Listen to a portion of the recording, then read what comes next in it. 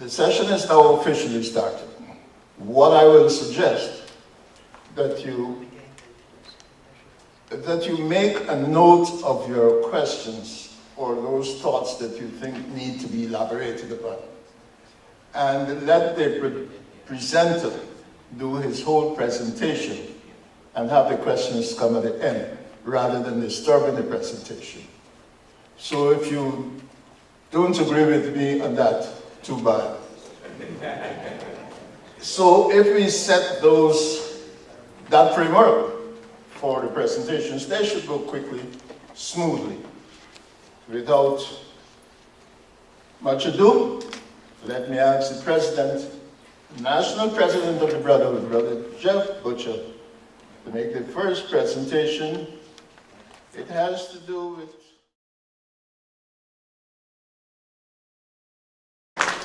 May the words of my mouth and the meditation of my heart be always acceptable in thy sight, O Lord, my strength and my Redeemer. Amen.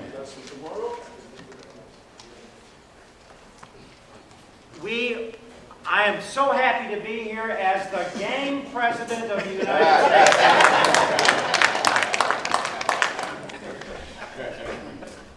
I am also equally humbled, and if you can't hear me, let me know, okay? I've been a licensed lay reader in the Episcopal Church for 50 years. Amen. So I have been accused sometimes of having a very loud voice or in a very soft voice, depending upon what I'm reading. I am humbled to be here today as your president. And you're probably wondering why we're having this type of a meeting. Well, let me just give you some ground rules on this. This meeting has a situation where we've given you things to write on. You're going to take notes. You're going to get a quiz when you're done. If you want copies of the presentations, you've got to turn in the quiz. You will receive a PDF of the presentation. Does that sound fair? Yes. If not, I'm sorry. The other ground rule is there is no such thing as a dumb question. Now, you can either write the question down. I will have pauses in here for you to ask. And if it's really a heartbeat, just raise your hand and I will address it. Okay? This meeting is for your benefit. I am not going to stand up here and lecture you. I hate lectures. I'm up here to share information with you as a suggestion. You can do what you want with it. The national office is your servant that provides you resources and information. I am not a dictator. I am part of you. In 3 years from now, I'll be sitting at this table just like you, and I have to remember that. I worked in Congress for 3 years, and I worked with a lot of people from the Speaker of the House on down. And the thing that Carl Albert of Oklahoma taught me one time, he says, Butcher, we all put our pants on the same way. Amen. Okay? So that's how we're going to approach this. We are engaged, thanks to your lovely rector, and I yield to him because he gave you some information. It was almost like he set things up for me. Because we're going to talk about the most important thing that we have going. And that's to find people to replace us as we die off. Amen. Or our parishes are going to disappear. And I'm also a senior citizen, and sometimes I will lose my glasses. I had a interesting event happen on the way here today. We witnessed the car wreck that took away 3 golfing buddies. And they were all sent up to heaven together. And St. Peter tells them that they are welcome to play golf, but he cautions them there is only one rule. Don't hit the ducks during the first 3 months here. The men all blank expressions, and finally one of them asked, "The ducks?" "Yes," St. Peter replied. "There are thousands of ducks walking around the course, and if one gets hit, he quacks. And when he quacks, the next guy quacks, and then they all quack. It really breaks the tranquility, and if you hit one of the ducks, you'll be punished. Otherwise, everything is yours to enjoy." Upon entering the course, the men noted that there were indeed large numbers of ducks, and within 15 minutes, one of the guys hit a duck. The duck quacks, the next one quacks, and they all quack. Let me hear this. Quack, quack, quack. St. Peter walked up with this homely-looking woman in tow and asked, "Who hit the duck?" And the guy raised his hand. He says, "I did." St. Peter immediately pulled out a pair of handcuffs, cuffed the man's right hand to the homely woman's left, and "I told you not to hit the ducks, and this is your partner for eternity." The other two men were very cautious not to hit any ducks. But a couple of weeks later, one of them accidentally did.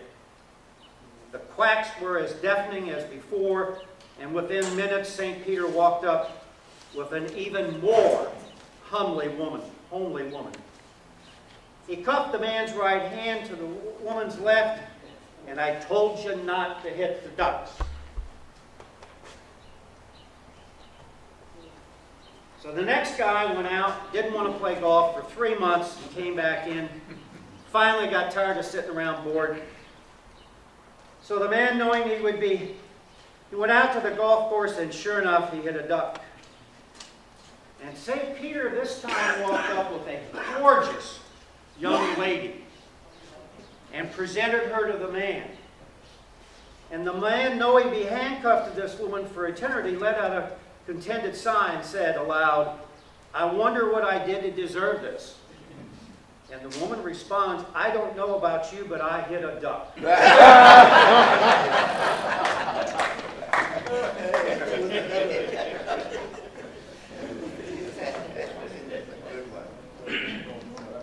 Now, and I'm so happy that your priest set this up. But next Sunday, I want you to take a look around your church and see the ratio you have of women to men. Okay. Now,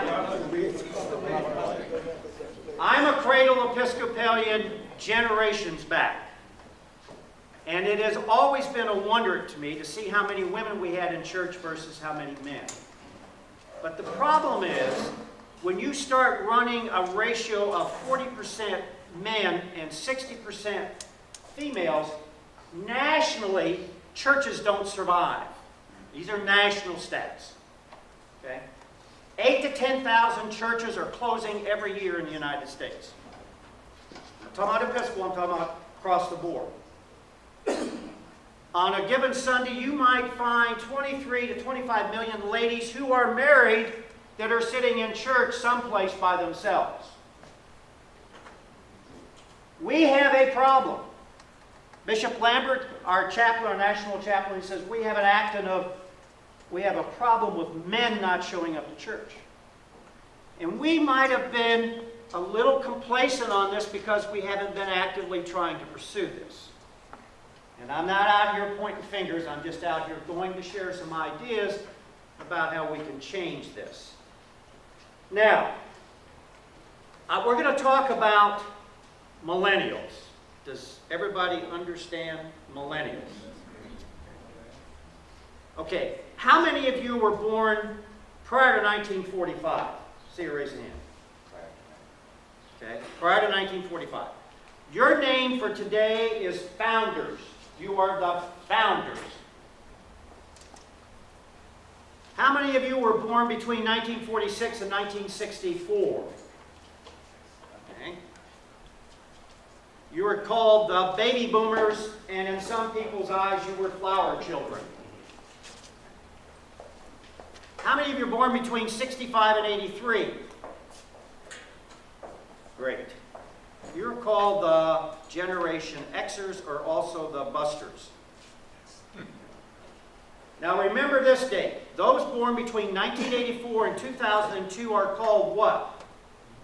Millennials. Do we have one millennial here today? Okay. We got one millennial here today.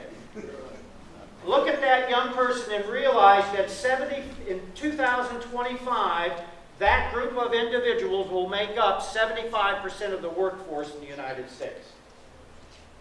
We are dying at the rate of 50,000 a year as baby boomers. I mean, we're going out the door quicker than you can shake a stick at. Okay? The other thing that I think the priest wanted to point out to you with Jesus' gang of disciples, Jesus was a millennial. How old was Jesus? 30. So Jesus was a millennial. Now, when we look at the characteristics of millennials, here's some things, and you're going to get copies of this. So don't try to take, if you answer the quiz and pass it, and I've got a name and an email. We need emails. Okay. Millennials are more urban trend. They marry later in life. They live with their parents. Their unemployment is very disappointing right now.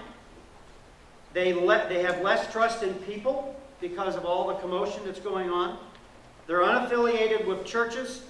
50% of them are independents, and they're less religious and more spiritual. Less religious, more spiritual, and I'll talk about that. But we need to do something about this. We need to think about relationship building.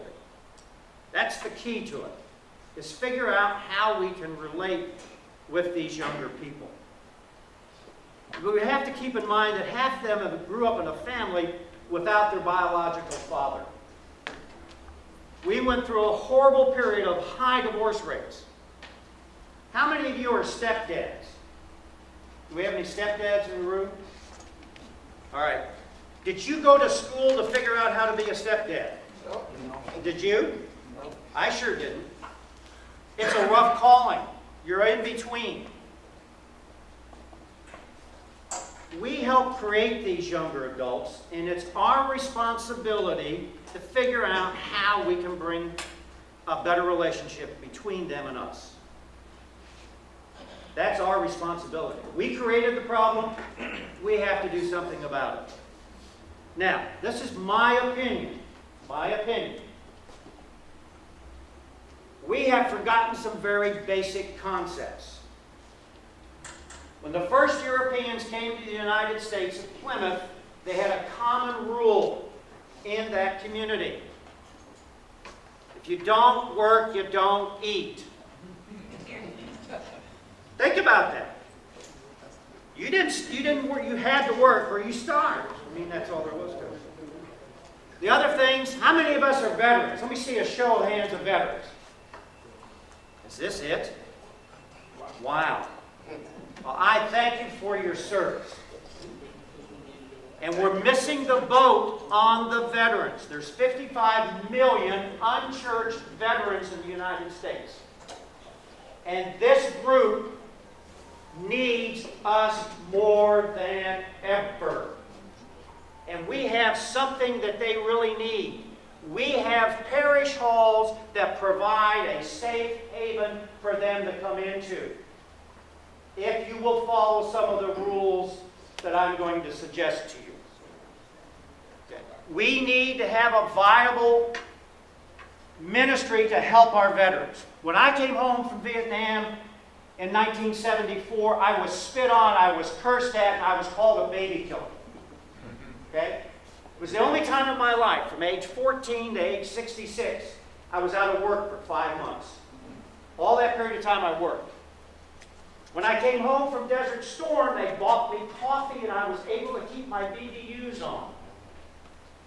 When I came home for Enduring Freedom, which was the same thing as the Afghan-Iran War, They bought me lunch and they gave me a seat in the front of the airplane and they clapped for me. That'll make you cry. Still does. Don't forget about the veterans. If you want to do something on veterans, we've got the people to help you do that. We have had, if you've looked at the Bible, we've had winners and losers from the time of Abraham to David and on. True? And not everyone is going to be on top, and not everyone's going to be the winner.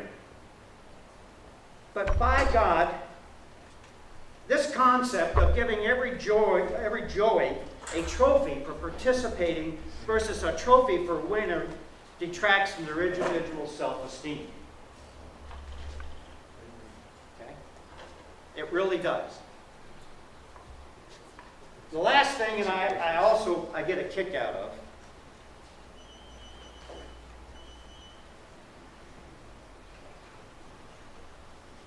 is that we made it politically correct to go to college, and some of these people who have gone to college have held their nose up at people that didn't go to college. It was the in thing about providing stuff for that. They forgot a basic rule in the United States. And Mark Twain said this one time, there's nothing wrong with a little dirt underneath your fingernails. So what do we have today? We've got a whole bunch of educated kids with $39,000 in student loans, out of work, and living at home. I can tell you for a fact, these are not happy campers. And how many of you know people like that? And along the way, their spirituality, they lost it. They have no stomach for religious institutions. I can go on and on about this. One of the ones that caused a tremendous uproar is in my hometown of Louisville, when we had all this child abuse thing, and the bishop drank over it and kept on shuffling priests around, and then finally they ended up paying $45 million to try to get the thing resolved. That ran away thousands of Roman Catholics in Louisville, and they've had to close down, I think, about 6 or 8 of the parochial schools there because they're gone. And they've gone to Southeast Christian, which is a big church. It's just an independent church, and they got 40,000 people. And these are the things that that church has been doing, but they missed one thing that we have, that none of them have. We have a little thing called sacraments. They don't have that type of a situation.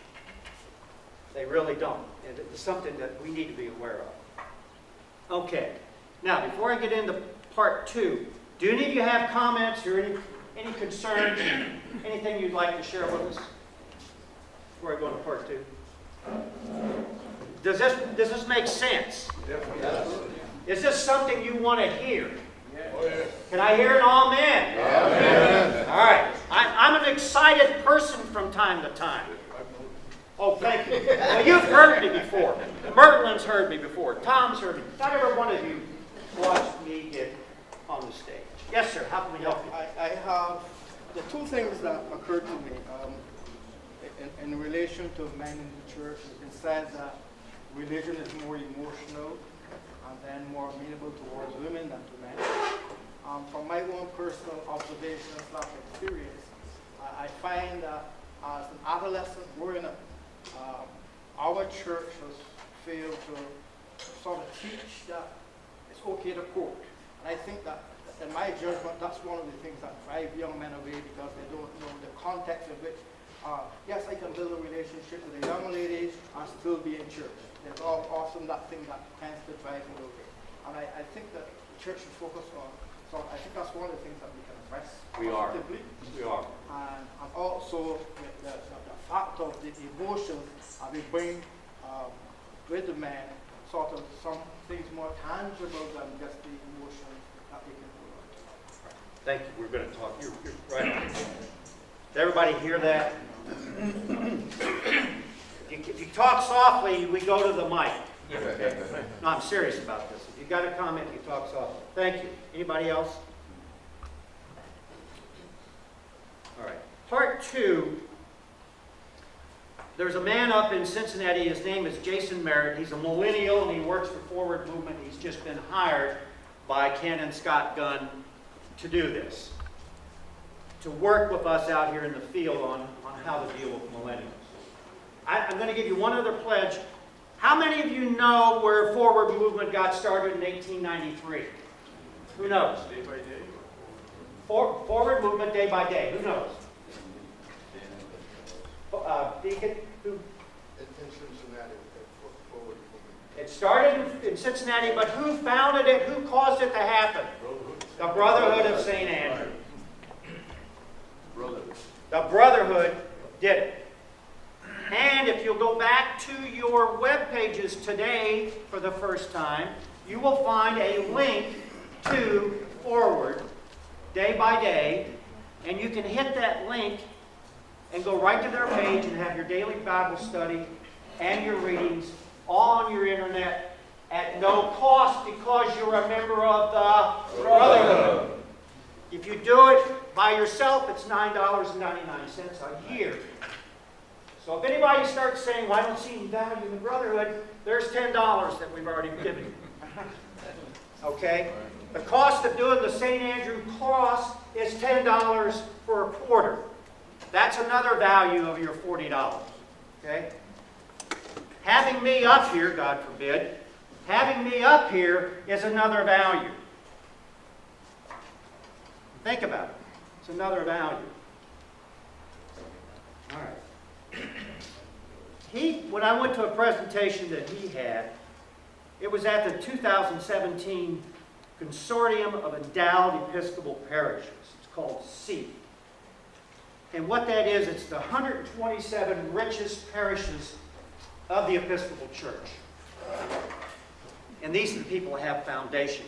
We finally got invited. We have a foundation. So we got invited this year. First time. They said, why aren't you here? So we ended up there. And when I visited with Jason and Scott Gunn, he broke it down into 3 areas. One is expectations. This is how millennials have 3 types of expectations. Okay. This age group's top issue. Its top issue is hashtag FOMO. Does anybody know what FOMO is? Fear of missing out. Pardon? Fear of missing out. You get a gold star. Thank you. I didn't know what that was. I didn't know there was a dictionary for all this Twitter stuff. And I now have a Twitter account. And it means fear of missing out. They don't want to miss out on things. They will go back and they will tinker. And they are globally aware of what's going on in the world. And you will find them to be impatient. You will also find them to be oversharing with themselves in a peer group. They expect debt.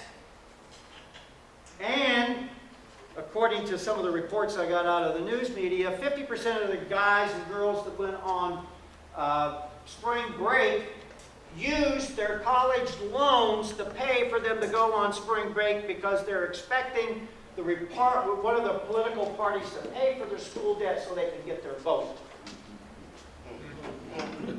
That's depressing.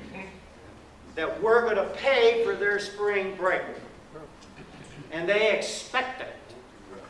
That turns me off a little bit. They don't like digital bullying. They're against that. Don't like what? Digital bullying. B-U-L-L-Y-I-N-G. I know I talk funny. I'm from the South. I just didn't hear You it. just have to. Why you use it for? Okay.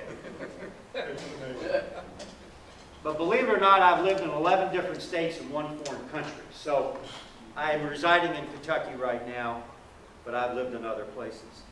Facebook, at the parish level, you should hire a communicator to create an ongoing regular posting schedule. 87% of the people, when they go shopping for a parish, the first place they go to is what? Facebook. And I was, God forgive me, we had 773 members of the Brotherhood, and we only had 223 emails. Do you know what that does to somebody that's trying to communicate with you in today's world? And if people don't want emails, that's fine. Just tell us that they don't want an email. And we won't send them, we won't bother them. We still love them. But the newer generation, if you don't have an email account, an Instagram account, a Facebook account, a web page, you're dead meat. They're not going to listen to you, they're not going to respect you, and they don't think that you care enough about them to have that type of instrument to communicate with them. I'm not telling you what to do, I'm just sharing you what's going on out there in the real world. I don't want anybody running around here, and we had this Jeff Butcher in from Kentucky, and he gave us marching orders and instructions of how to do things. I'm here to share. I'm part of you. I'm here to help you. Because I love each and every one of you. And we love you, too. Okay? I really mean that. And remember, you're going to be tested on what I'm talking about today. Just reminding us. The other thing that they have that on expectations is racial trends causes them to seek out diversity. The Gen Xers and the Millennials are not comfortable with gay bashing or racial negativity and commentary. They just do not see any value in it.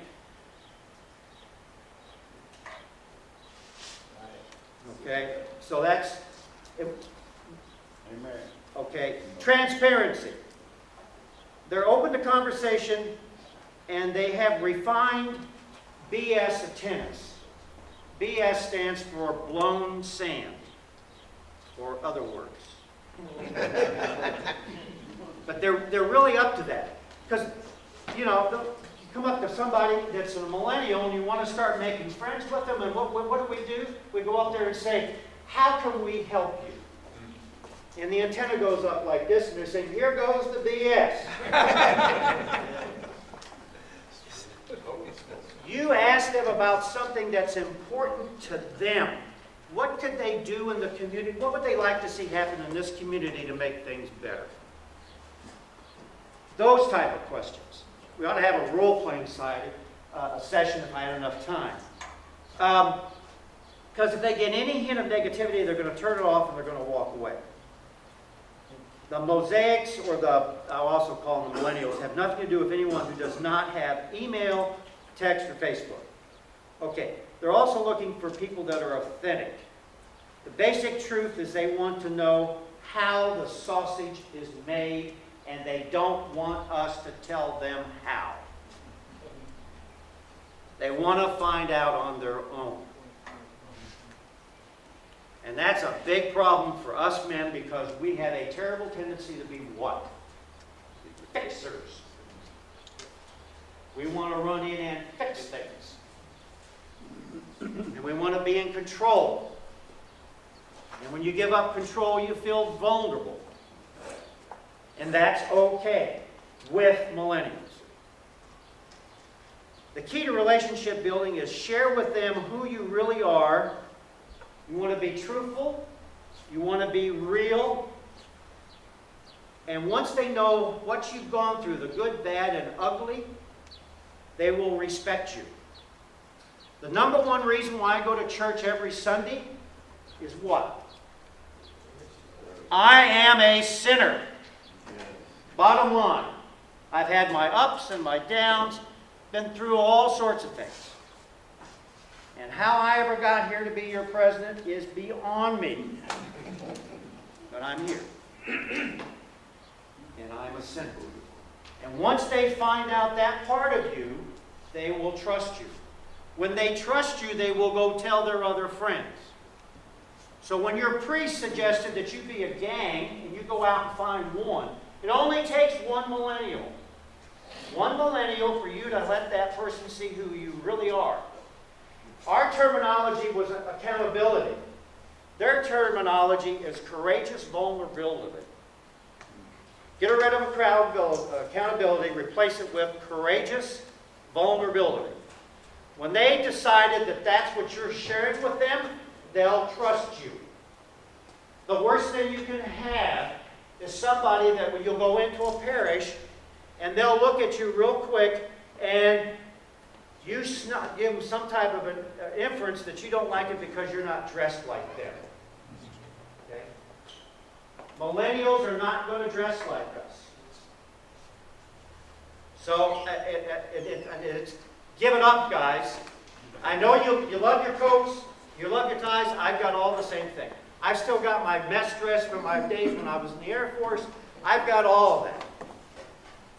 And I'm going to have to destroy that one of these days. But not just yet.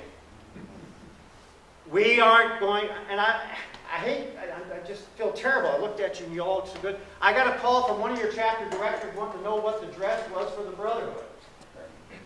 And I'm a 30-year plus guy in the Air Force, and my dress is always the Class A uniform. That's it. But in the Brotherhood, you can come to any Brotherhood meeting any way you want to come, and we're going to love you. And we're going to respect you, and we're going to be there for you. You've got to let these millennials feel that way. Because you really care about them, but because they don't dress like you, that doesn't mean they're not good people. Jesus Christ didn't care what you dressed like. He loved you regardless. And we've got to have enough courage to go out in the community and bring new people in. Our demand, our need for discipleship is beyond the church walls. We have got to get outside of the church walls. Amen. Okay? We've got to get out of it. Otherwise, you're going to keep on seeing your numbers go down, and all of a sudden you're going to get a little call from the bishop saying, we're going to consolidate your parish with the one next door. Has anybody gotten that call? Is that very exciting? It is terrible. It's terrible. Closing the church is the worst thing going. Okay, when you're dealing with millennials, you need to set boundaries. They want to be judged on the quality of their work, not because they come to work from 8 a.m. to 10. Because they have a cell phone, because they have an iPad, they are working 24 hours a day. We don't recognize that, but they are. They're always working on those things because they're tinkerers and they're inquisitive. They need constant learning opportunities. It's in their DNA. You've got to give them the opportunity. If you can find a young man to come in and do a project, and you say to him, yeah, we're going to have this service project to go out and read to young children in disadvantaged schools, you give it to that millennial and shut up. And let that millennial do it. Now, I've got 5 kids, 7 grandchildren, and 4 spouses of my children. And the thing that I learned a long time ago, you take the child out there, you show them how to do it, and you step back, and if they fail, so what? They're going to be better off later on. The problem we've got with these kids today is that we don't let them fail, and we don't have somebody kicking them in the butt when they come to us, and all they're running to do and wanting to do is not what's consistent with what they should be doing. Would you agree or disagree? Agree. Okay? It's okay to fail. I've made a lot of failures. But every time I failed, I picked myself up and I got back up and I got back into the game as quickly as possible. After a pilot has an aircraft accident, what's the first thing he's got to do the next day? He's got to get back in the cockpit. He doesn't get back in the cockpit, he's dead meat. Okay? Okay. We got to respect them seriously, and we got to be a constant coach. Now, in our own way of doing things, when I communicate with the province presidents and the diocesan coordinators and the assistant diocesan, I address them as the leadership team members. You get communication from me, you'll hear leadership team members. On the executive board of 25 executive board members, I say senior leadership team members. You can call a guy Brother Andrew, that's fine, but he's also a ministry partner. Okay? It's okay to use that type of terminology. It's okay. The word that you're trying to get in your mind, and I hope you write this down, is when you're building a relationship, you're forming a community. The word that the millennials gravitate to is community. You're forming a community. We are a gang of men who form communities. Now, I also refer to us as the men's ministry of the entire Episcopal Church. There's nobody else in the Episcopal Church that has a magazine that comes out monthly that addresses men's issues only. And we have that in the St. Andrew Cross. And my goal is to take the St. Andrew Cross from 5,000 in distribution to 20,000. And the only way I can do that is with your help by sending us names of every male in your parish, regardless if they're members of the Brotherhood at all. It's the only way we're going to... Why? We can give it away for free. Digital doesn't cost us anything.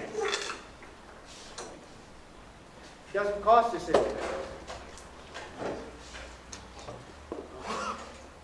The other thing is that when we have ushers at the door, they should be mixed. At your churches, have a mixed service. Have a Brotherhood service once a year. But for God's sakes, when you have the Brotherhood service, include youth. Please include youth. And take off your ties. Okay, and our church has gone to putting a name tag in every parishioner's name. We always have name tags on so people know who you are. And the other reason why you put name tags on, you'll know who the new people are. And I'm an usher, and I love it, because when nobody has a name tag, I know I go over there and put up my hands out and say, I welcome you, happy you're here. Okay. That's important. The other thing that you can do is take your group of ushers and greeters and take them to a church down the street and let them walk in there as strangers and let them find out how that church treats you. And that'll open your eyes up.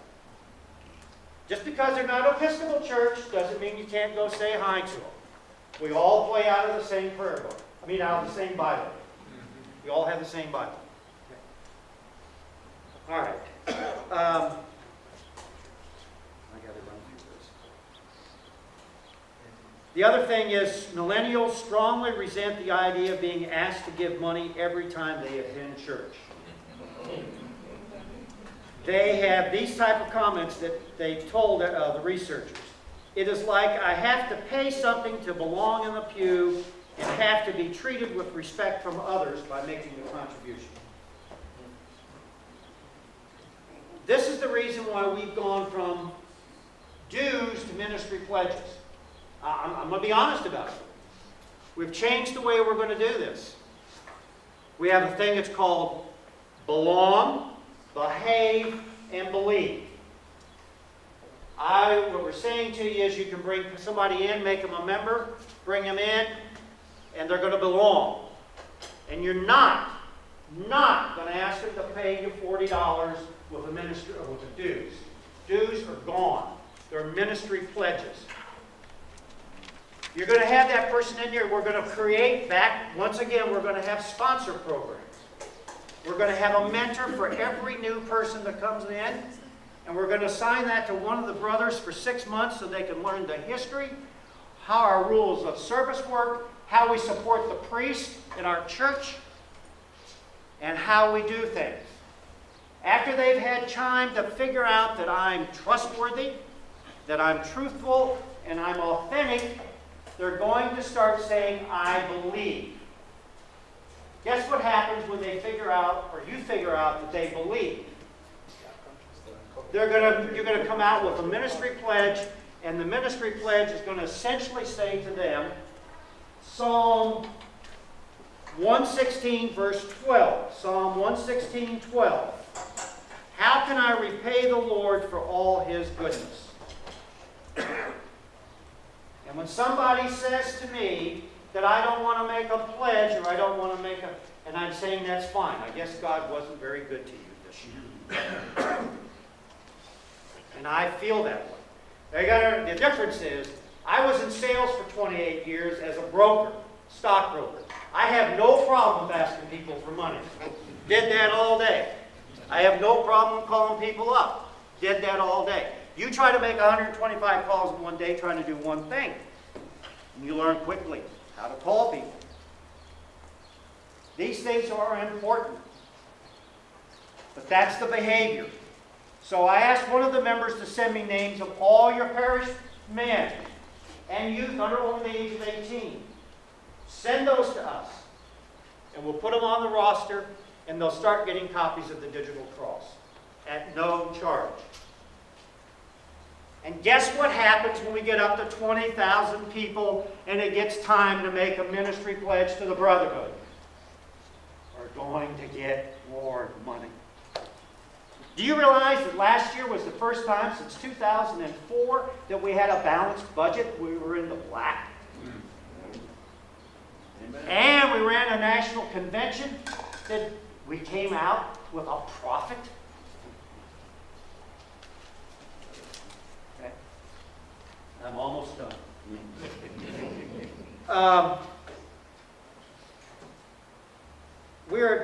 Many of the millennials are trying to establish a brand of who they are and how they fit in with others. They are blindly optimistic. They're passionate with their causes. You need to find a cause. Now, I sent several of you emails asking you what your #1 project was that didn't say raise money. I'd like to find it out. Because if you come back and say, we're going to go raise money, or I'm going to raise money for this or that, it is going to turn them off. If you're going to go out here and do something to help the public schools on reading for kids, you're going to do something in the prisons, or you're going to do some type of word, it's called community service, they're going to get involved. Raising money is not something they're going to be passionate about. And I know you love to raise money, but this is not going to work today if you want your church to grow. Now, that's up to you. They're overly idealistic. They demonstrate a lack of planning.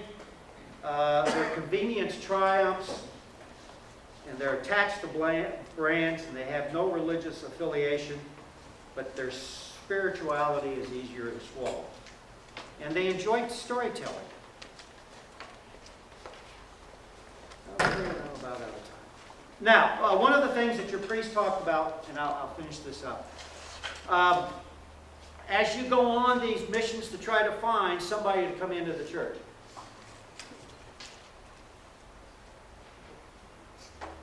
the places that you're going to find these potential recruits is going to be Starbucks, is going to be places where they have gaming. Okay? They're on Google all the time. They enjoy wine. Not hard stuff, but they enjoy wine and this kind of stuff. I guess they've been reading a lot of books about wine. And they enjoy music. You will hate the music, I hate the music, but they are in the music. That's where you're going to find them, in those areas. And the other thing I would do is that I would go back to a local college and find the minister, the local chaplain there, introduce yourself to him, and send him a free Starbucks coffee thing and ask him if you can get to know him. Go back to the colleges. Work with the priest there. But that's what I would do. And you'll get the rest of this. And the last thing from an organizational standpoint is that you need to laugh loud, hard, and often while we do this. Know you are on the line. Web page is your front door to the church. Your pastoral hug is Facebook to Instagram. Please keep it current. In the bulletin board, depicting community activities that your parish parishioners are doing. Include millennials in leadership, stewardship, and services. You really need to mix up the services. We have 13 and 15-year-old acolytes that come up and do lay reading once a month. I think that's extremely important. we'll put a 15-year-old in there collecting money. You've got to give them the idea that the young people are involved. We really need to have that. And the last thing I have here, and I just grit my teeth, but mix it up with your greeters. Cut the usher's tie in half. That will get somebody's attention. Come in and see an usher with a half tie. Those are some of the comments that I have. And the quiz, I'm going to let you take the quiz out. Do you mind having any thoughts about what I was going through today? You're just absolutely spellbound. You're either asleep, or you're bored, or you're ready to kill me. What is it? Jeff, just to back up what you said, last year I had occasion to go down to Tennessee to visit my sister in the Methodist Church. And all the ushers are called Andrews, St. Andrews. I know. Something. And by the time I got to the adult Sunday school, everybody in that class knew who I was, where I came from, and how I was related to the church. So, I mean, it really does work if you network inside the church. And it was seamless. I didn't know anything about it. It was totally transparent. Take one and pass it down, please. Anybody else? Thank you. Yes, sir. I wasn't going to speak, but basically what you're referring to is a culture shock. Okay? What we as baby boomers, founders, we have a different set of rules than the millennials have. It bumps heads. It drives us crazy. Okay? Like you said, put the tie and shirt away. Let's make it real. Even coming from an economically challenged area, people wore tie and shirts on Sunday. It was required. I don't care if you went to work in overalls and plow the field. It was required. So it's something hard for us to readjust to. Okay? And I understand what you're saying as far as millennials. I agree with you on quite a few things. In fact, I was going to say we need him to speak and the gentleman up front to speak, because basically we are old timers. What we say really doesn't matter. Okay? And there's a whole lot of other things I want to comment on, but I'm trying to keep this short. Also, keep in mind, Jesus Christ had trouble with religion. All the big shots within the Jewish community was against him. Okay? But I would appreciate if, Generation Millennials would speak, and I'll put that on the spot. And Generation X would speak. And I think we'll do that on part 2, because guess what, guys? I'm going to come back. Oh, good. All right, I'll be back. We're going to do a follow-up. Yes, sir. Just to add, most Fortune 500 companies are also emphasizing social media as the way to connect to the world if you want to be successful. That's right. So very much on the right track. Thank you. Social media is the way to go, guys and ladies. And Roland, I'm done. Thank you all.